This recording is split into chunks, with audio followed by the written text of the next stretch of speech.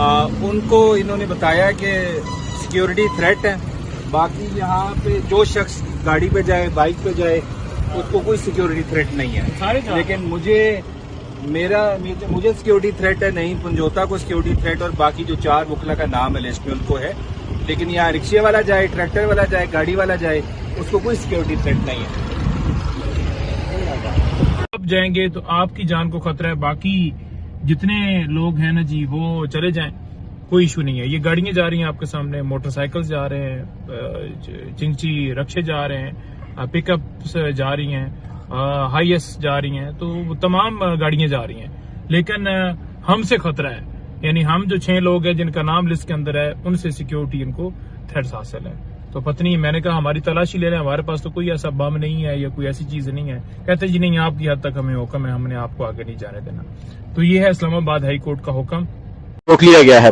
آپ یہ دیکھ سکتے ہیں سخت دھوپ ہے, تیز گرمی ہے, تینوں بہنیں موجود ہیں. آئیے کرتے ہیں بات.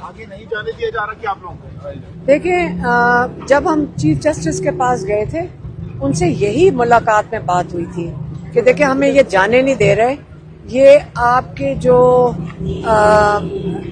عدالت کے جو آرڈرز ہیں اس کے خلاف ورزی ہے. تو یہ روز ججز کی توہین ہو رہی ہے, یہ توہین عدالت ہے.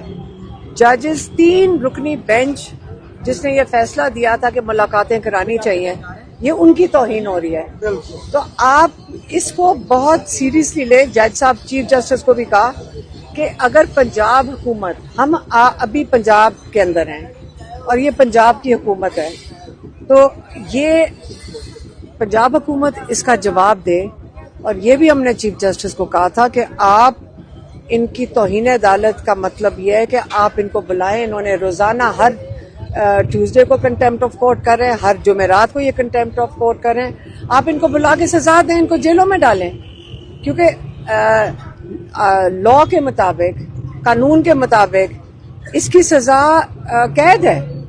اب ان کو 6 مہینے کی قید ہونی چاہیے جو بھی توہین کر رہے ہیں.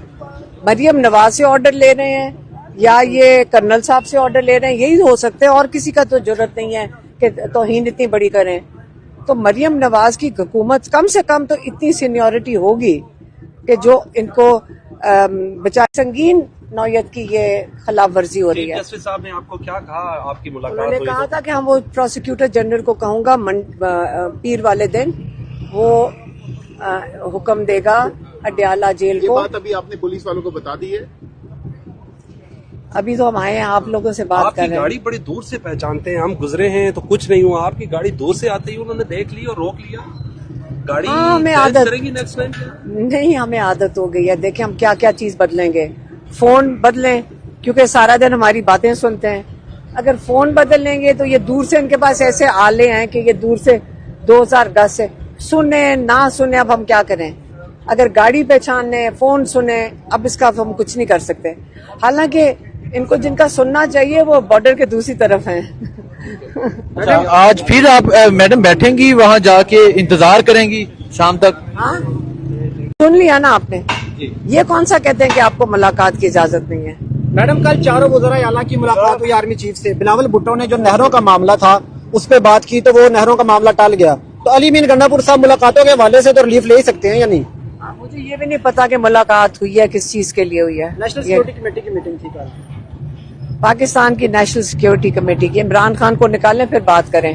علی مین گنڈا پور کو بات کرنی چاہیے نا پھر وہاں پہ.